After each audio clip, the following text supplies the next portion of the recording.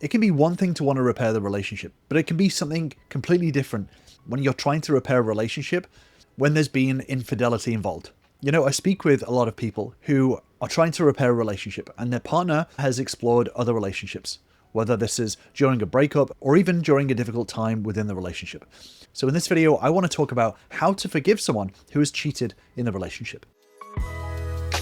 So I want to begin this video by saying that this is not about what's right or wrong. This is not about what's ethical or moral. You know, sometimes I get people in the comments that are saying, this is right, this is wrong.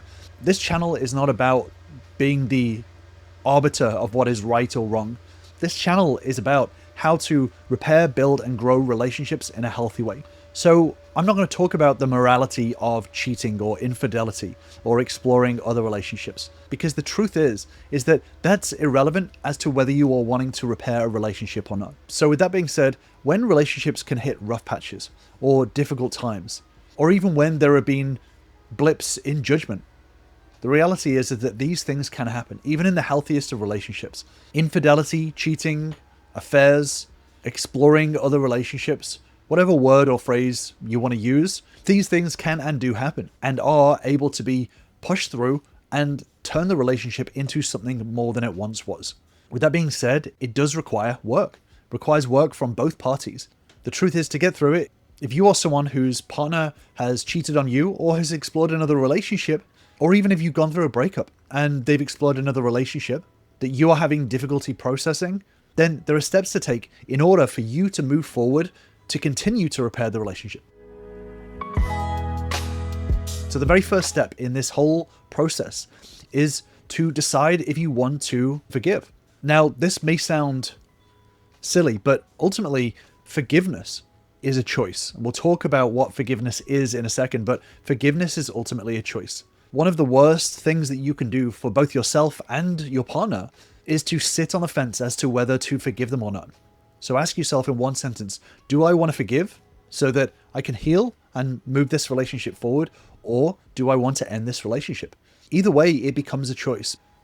But it's not a situation where you should sit on the fence. You deserve better than that, and your partner deserves better than that. You know, if you don't want to forgive and you don't want to move forward and you don't want to continue the relationship, that's a choice that you can make. But you have to make that choice. And the same goes for forgiveness. Do you want to forgive? If you want to forgive, then you have to choose to do it, and then you have to follow through on those action steps in order to be able to forgive. So write down the answer to that question. So in this situation, you have three options. One is I want to forgive and I want to stay. The second is I want to forgive and I want to leave, or I do not want to forgive. Forgiveness is a choice that you make for yourself. This is not about your partner. This is not about the relationship. This is a choice that you make for yourself. And we're going to talk now about what forgiveness actually is. So the second step is understanding what forgiveness is and what it isn't. So forgiveness is for you. It is there to lower your anger. It helps you move on. It helps you move past this situation. Now, a lot of people get really upset and in a tangle about forgiveness. Forgiveness does not excuse somebody else's behavior, and it doesn't pretend that it didn't happen. So like we mentioned before, you can forgive and still leave the relationship if that's a choice that you want to make. But forgiveness is a conscious choice that you have to choose. This is you choosing to move forward. The third step is to feel everything and name it. It's really important to understand and feel your emotions during this time. You know, forgiveness doesn't mean that you don't feel anything. So forgiveness is not pretending that you don't feel hurt, you don't feel upset, you don't feel sad sometimes, you don't feel worry about the future. That's not what this is. It's okay to feel whatever you're feeling. So make sure that you're taking the time to feel it and name it.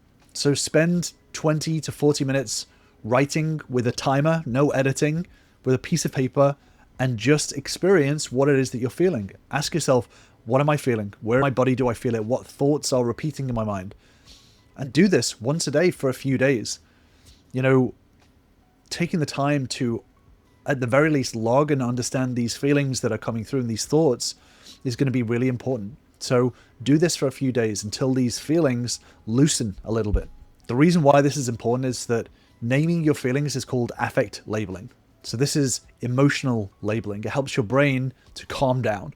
and it helps your brain to understand and process some of the feelings and thoughts that you're having. It doesn't mean that everything is 100% accurate or something that you should action, but it's important to understand what thoughts are coming into your mind and what feelings are coming up for you during this time. The next step is to get safe support. So tell someone that you trust, someone that is able to listen to you without any sort of judgment about whether you should stay or not, someone who is just there to be kind of a sponge to you for a little bit, or who at the very least will give you advice that is useful. So this could be your therapist, this could be a coach, this could be a close friend who knows you and knows the situation. Just having a point of contact, someone there who is there to support you, helps you to lower some of the shame, and it helps you to make some stronger choices. Have an extra set of ears and eyes on your situation a little bit. But the next step is really important for you and your partner. If you're choosing to forgive, it's really important to build the emotional safety in the relationship so that the truth can come out.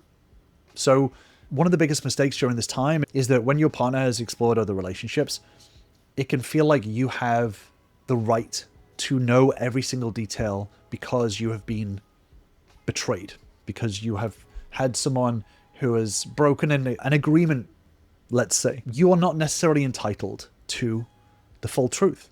It is something that your partner has experienced, and that is their experience, and that is up to them as to whether they decide to tell you the truth or not. Now, you can want the truth. It may help, it may not help your feelings, but you are not entitled to something that somebody else has. That being said, it's important to build, like we said, the emotional safety so that the truth can come out. So this is about opening the door for the truth, but not to demand it, not to force it out, not to pull it out. So this is all about making sure that you create an environment where your partner feels able to be honest with you without forcing them to tell you. This increases the chance that you will get useful truth, and it also helps protect the relationship at the same time. It's not forcing your partner to do something as some sort of penance or punishment. It's about building the relationship. It's about building that connection and repairing that connection between you both. So I won't dig too much into it here. I've done a lot of videos on emotional safety, which I'll link to up above and in the description down below. But emotional safety is simply about building a safe environment for you both to be able to share your feelings and experiences and understanding. This emotionally safe environment is what rebuilds the relationship and repairs the relationship moving forward. Now, rebuilding back the trust between you both is going to take a lot of active effort. You know, people can get upset about lies or hidden details and things like that, and that's normal. It's normal to feel upset or scared that maybe this is always going to happen. This withholding of the truth is something that's a character issue. But trust is rebuilt over time. So it's important to lead with trust and continue to build that emotionally safe environment so that the full truth can come out. You don't need to know every single detail, and you also don't have a right to hear every single detail. So coming from a place of non-judgment and opening the door for your partner to be able to tell you in their own time without feeling forced or pushed into it is going to be really important. You know, communication is about understanding and being understood, but conversations need to be invitations, not demands. Demanding that your partner tells you the truth is not going to help the situation. It's only going to break more trust. It's going to increase the chances of the full truth not being told because they don't feel safe in telling you about the situation because they're worried that you're going to blow up or you're going to shoot them down or you're going to get angry or you're going to stop that truth from coming out. You know, if someone's trying to express something and you jump in and step over what they're saying, etc., then it actually discourages them sharing the truth. So we have to earn the truth being told. So emotional safety is not about controlling what somebody else does. It's building an environment that encourages truth, that rewards truth rather than punishing lies, if that makes sense. The next step is create systems to make yourself feel safe and secure. So creating practical systems that you can control that increase your own sense of security without trying to control what your partner does. So, you know, after infidelity, cheating, whatever you want to call it, a lot of people can put in systems to try to control what their partner does. So keeping tabs on where they're going, saying that their partner needs to share their location all the time, constantly fact-checking every little thing that they say and trying to find a lie in there or something like that, that is actually creating more distrust. When a situation like this has happened, it's important to look at what you can control, which is everything that you do, how you interpret the world, how you look after yourself, not about controlling what somebody else does. The truth is that in a relationship, in a marriage, you don't ever have control, nor should you have control over what somebody else does. The more you try to control what they do and how they do it, the more likely they are to pull away from you, to trust you less, because you are starting with distrust. You're building this relationship on distrust. So tracking their phone, opening up their text messages, trying to keep a constant watch on them, that is not rebuilding trust. It's actually damaging trust more.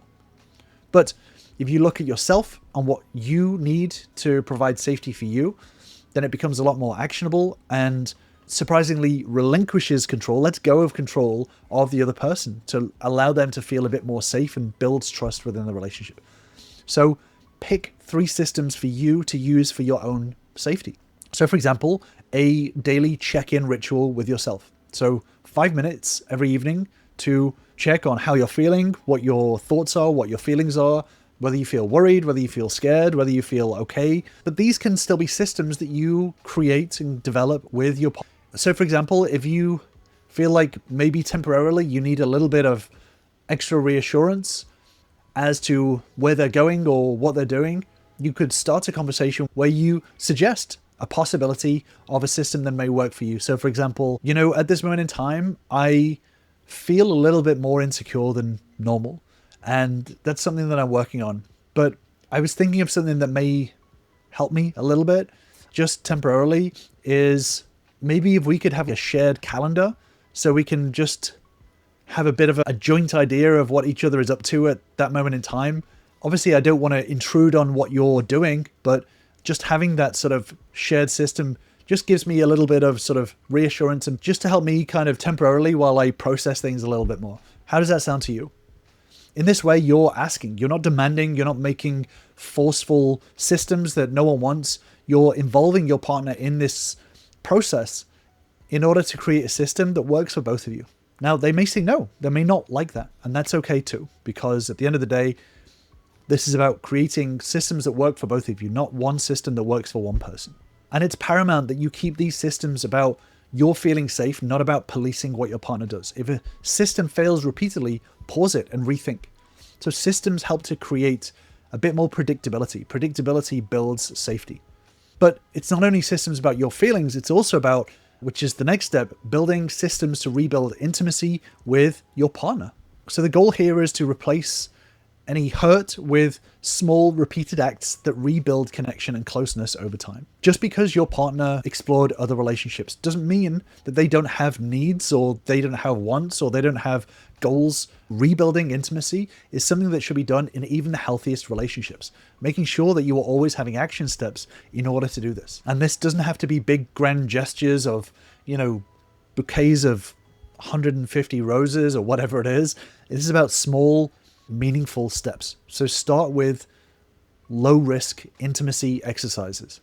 This can be having a 30-minute check-in where you each share one of the good moments for the week and one worry for the week. This doesn't have to just be about the relationship. It can be about just your day-to-day life, friends, family, careers, health. This is a good time to be vulnerable and open, but also to be able to show and build that connection with your partner and creating this emotional safety for them to be able to be vulnerable. But not only that, creating an enjoyable shared moment. This can be a date night. This can be a no phones night with each other where you're just talking. This can be sharing music, sharing TV shows, whatever it is that interests both of you. This can be a moment of connection, rebuilding those shared experiences together. This is about creating a shared moment that is deliberate between you both and just you two. No kids, no family, no friends, just moment between you two. This allows you to create measurable intimacy. So a lot of people, when they're trying to create relationships, kind of wing it. They don't have any sort of real system to build a relationship. And oftentimes that means that you're not being very deliberate. You're kind of living spontaneously. you're just randomly picking days to go on a date or not at all. If you're creating regular schedules to have dates, have these moments, you're creating deliberate moments to be able to connect. This is stopping your relationship from falling to entropy, from falling just to disintegrating randomly. If you think about it this way, if you get yourself into debt, having a plan to pay off that debt is really important. And then after you paid off that debt, you then have a plan to increase your savings. It's the same with a relationship. So it may feel like an unromantic action, but having this structure allows you to build romance in a very systematic way. It allows you to fill in those gaps to not only pay off your debt, but to build your savings. And what you do during that time can be whatever you want, whatever's going to be the strongest way of building that intimacy between you both. Intimacy is built by repeated, safe experiences. The next step in this process is to learn how to reframe your thoughts and practice forgiveness. So, of course, during this time, you're going to have feelings of betrayal, of worry, of shame, of maybe even anger. When you have a thought in your mind that says they ruined everything, reframe it. Reframe it to something different. So this is not about saying that your feelings are wrong or your thoughts are wrong, but we can choose what to think. There's a difference between feelings and thoughts. Feelings are the things that are instantaneously. I feel angry. I feel hurt. I feel sad. These are these instantaneously uncontrollable moments that we have. But after that, the stories that we tell ourselves about those feelings, that is something that we can change, that we can evolve over time. So, for example, if you have the feeling of, I feel hurt, I feel sad, usually that will be followed with, I feel sad because they cheated and things are never going to be the same. That story is a story that we can change. This is reframing our thoughts into something different. So we can change that to, this hurt me, but I am choosing the steps to heal the relationship. This helps our brain change this automatic response that we have into something that is beneficial to the relationship.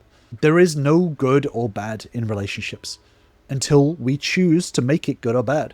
You know, some people, and this is why we said at the start, you have to choose to forgive. It is an active choice. And we can choose what we think about the infidelity. We can see it as, this is a bad thing, it's ruined everything, everything's never going to be the same again.